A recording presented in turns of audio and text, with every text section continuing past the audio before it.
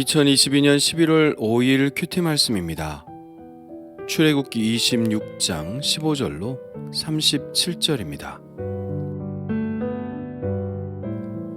너는 조각목으로 성막을 위하여 널판을 만들어 세우되 각 판의 길이는 10규빗, 너비는 1규빗 반으로 하고 각 판에 2촉씩 내어 서로 연결하게 하되 너는 성막 널판을 다 그와 같이 하라.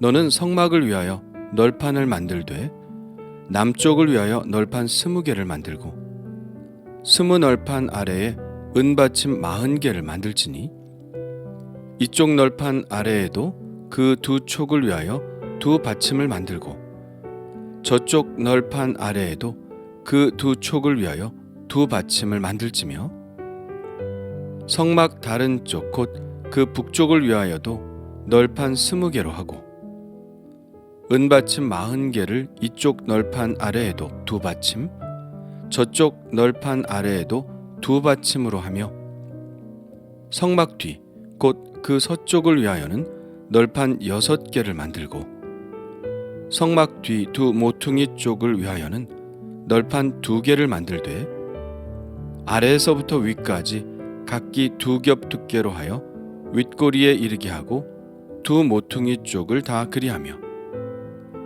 그 8널판에는 은받침이 16이니 이쪽 판 아래에도 2받침이요 저쪽 판 아래에도 2받침이니라.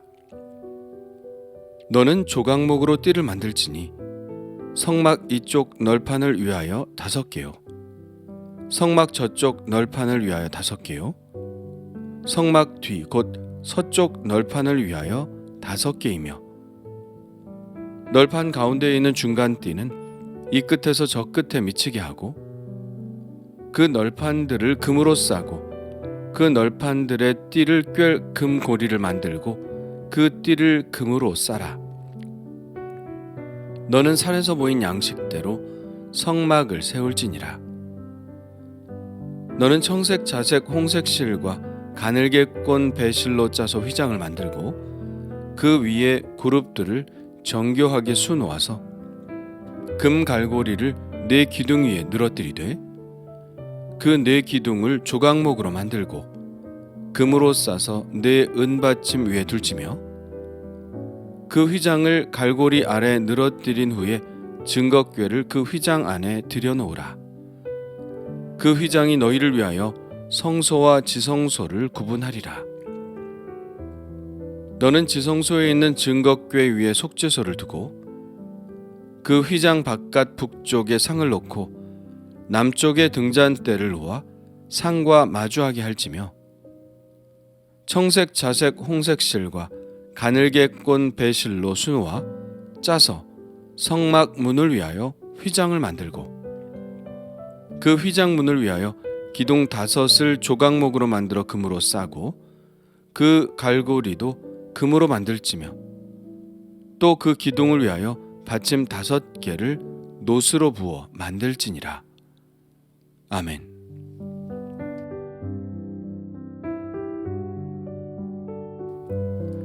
이번에는 널판입니다. 널판은 성막의 벽을 세우는 데 사용되었죠. 재료는 조각목이고요. 치수는 길이 10규빗, 너비 1규빗 반짜리의 널판인데 이 널판에 2촉씩을 내어 서로 연결할 수 있게 했습니다. 촉을 낸다는 것은 목공에서 2 나무를 이어 붙일 때 쓰는 방식으로 한쪽은 오목하게 하고 한쪽은 볼록하게 하여 서로 들어맞게 해서 2개의 나무를 연결시키는 것입니다. 그래서 이 말씀을 볼 때 나무에 홈을 판 것이 아닐까 생각하게 되지만 19절에 보니 촉은 바닥 쪽에 있고 바닥에는 은받침이 있어서 이 2개의 촉을 은받침에 끼우게 되어 있다는 것을 알 수 있습니다. 이 은받침들은 각 널판당 2개씩 있었는데 한 촉에 한 은받침을 끼워 넣은 것이죠. 아무래도 널판은 나무가 재료이다 보니 땅과 직접 접촉하면 습기가 올라오고 땅의 접촉면이 거칠면 나무가 상하기도 할 것이기 때문에 완충제로서 은받침을 둔 것이죠. 그러니 은받침은 매우 튼튼해야 했는데요.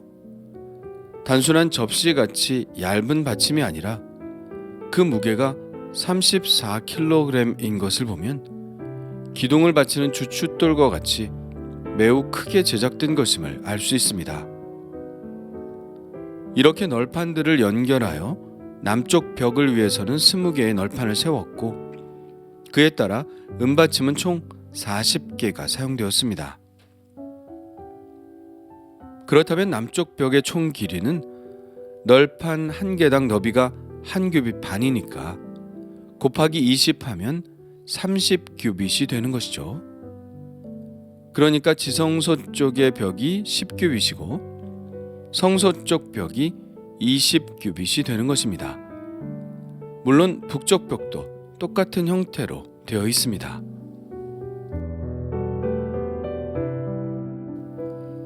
그렇다면 서쪽, 그러니까 성막의 뒤쪽 벽은 몇 개의 널판을 댔을까요? 6개의 널판을 세웠습니다.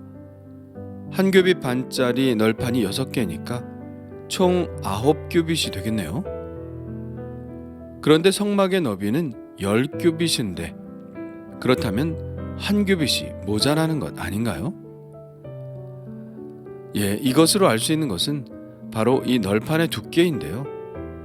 서쪽 벽의 널판은 남쪽과 북쪽 널판의 안쪽에 설치되어 있기 때문에 10규빗이라는 것은 양쪽 벽의 두께를 합하여 나온 치수죠. 그러니 이것으로 우리가 알 수 있는 것은 널판의 두께가 반규빗이라는 것을 알 수 있습니다. 그래서 9규빗의 양쪽 벽의 두께를 더하면 10규빗이 되는 것이죠. 반규빗은 22.5cm 정도니 널판의 두께가 매우 두꺼웠다는 것을 알 수 있죠.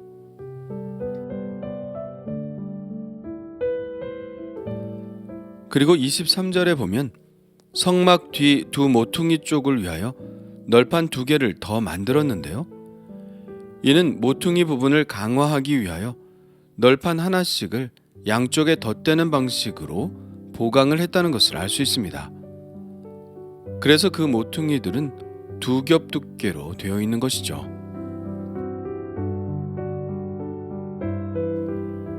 그렇다면 실제적으로 이 널판들은 어떻게 연결되었을까요? 이 널판들을 연결하기 위하여 조각목으로 띠를 만들었는데요. 각 널판에 금고리를 만들어 이 띠를 그 금고리에 꿰어 각 널판들을 연결했습니다. 그 띠가 벽당 5개씩 설치되도록 했다고 하는데 중간에 있는 이 띠는 이 끝에서 저 끝까지 미치게 했다는 것을 보아 그것이 제일 긴 띠인 것 같고 나머지 4개의 띠들은 긴 띠의 절반으로 제작되어 양쪽 아래 위로 2개씩 설치되었을 것이라 예상합니다. 그러니까 먼저 널판들을 2개의 띠로 10개씩 연결하여 2개의 큰 조합을 만들고 최종적으로 가운데의 긴 띠를 이용해서 10개로 이루어진 2개의 널판 조합들을 하나로 연결한 형태가 되는 것이죠. 다음은 청색, 자색, 홍색 실과 가늘게 꼰 배실로 짜서 휘장을 만들라고 하십니다. 그리고 그 위에 그룹들을 정교하게 수놓으라고 하시죠. 이 장면 어디서 본 것 같지 않나요? 성막의 지붕의 첫 번째 휘장의 설명과 같죠. 그리고 금 갈고리와 4기둥이 나오는데요.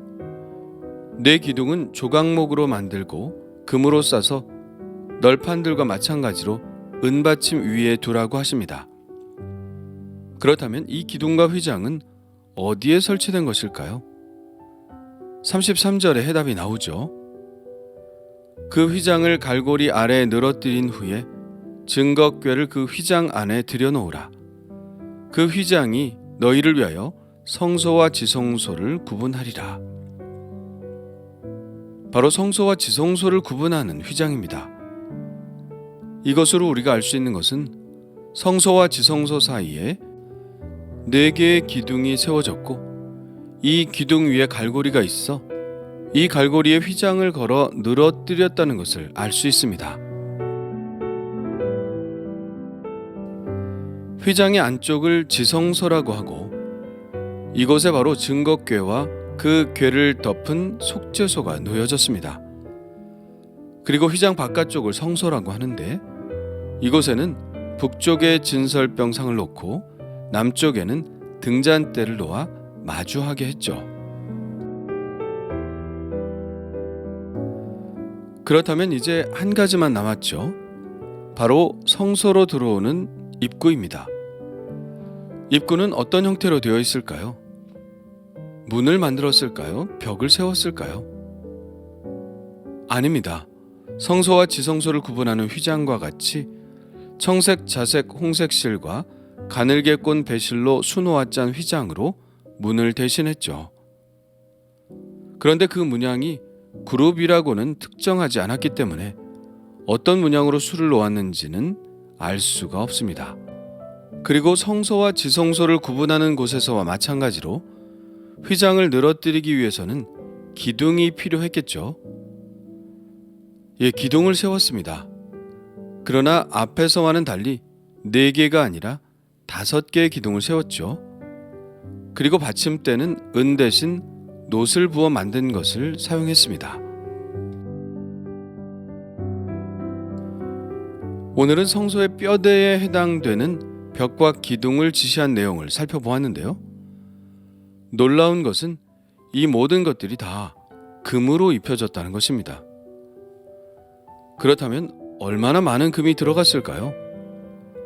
38장 24절에 의하면 성소 건축 비용으로 들인 금은 성소의 세겔로 29달란트와 730세겔이 들었다고 했습니다.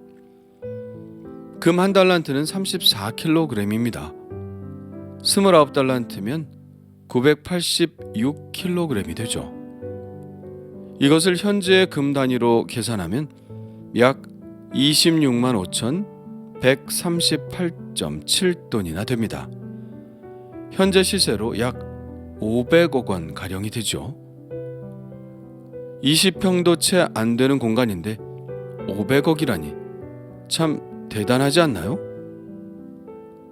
그만큼 하나님의 성전은 이스라엘 백성들의 헌신으로 봉헌되었다는 것을 알 수 있고 하나님의 성전이 그보다 더 가치 있는 것임을 그들의 헌신으로 고백하고 있는 것입니다.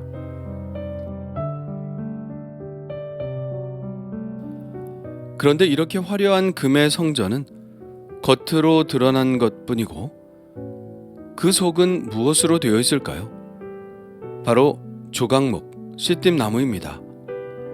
광야에서 모래바람과 뜨거운 햇볕을 받고 자라 뒤틀리고 뒤틀려서 목재로서 쓰기도 참 힘든 그런 시띠나무로 지어졌습니다. 이것이 바로 우리 성도들의 삶이죠. 하나님의 성전은 실상 무엇으로 지어지는 것인가요? 연약한 인생들의 삶으로 지어지는 것입니다.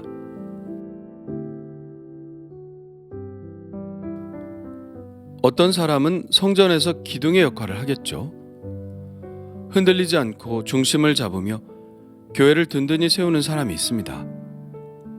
또 어떤 사람들은 벽의 역할을 하는 성도가 있을 것입니다.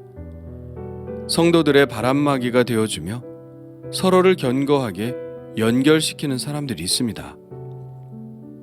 또 그런가 하면 은받침과 놋받침처럼 아래에서 모든 무게를 견뎌내며 이름도 없이 빛도 없이 겸손하게 섬기는 성도들도 있죠. 바로 그런 성도들의 삶이 하나님의 교회를 세우고 있는 것입니다. 아무리 화려해 보이는 성전도 사실 그런 성도들의 단단한 헌신이 없다면 아무것도 아닌 것이 되는 것이죠. 그렇다면 나는 하나님의 교회에서 어떤 사람인가요? 화려한 휘장과 같은 사람인가요? 아니면 벽처럼 연결시켜주는 사람인가요? 아니면 기둥같이 든든히 세우는 사람인가요? 아니면 겸손하게 말없이 떠받치는 주춧돌인가요?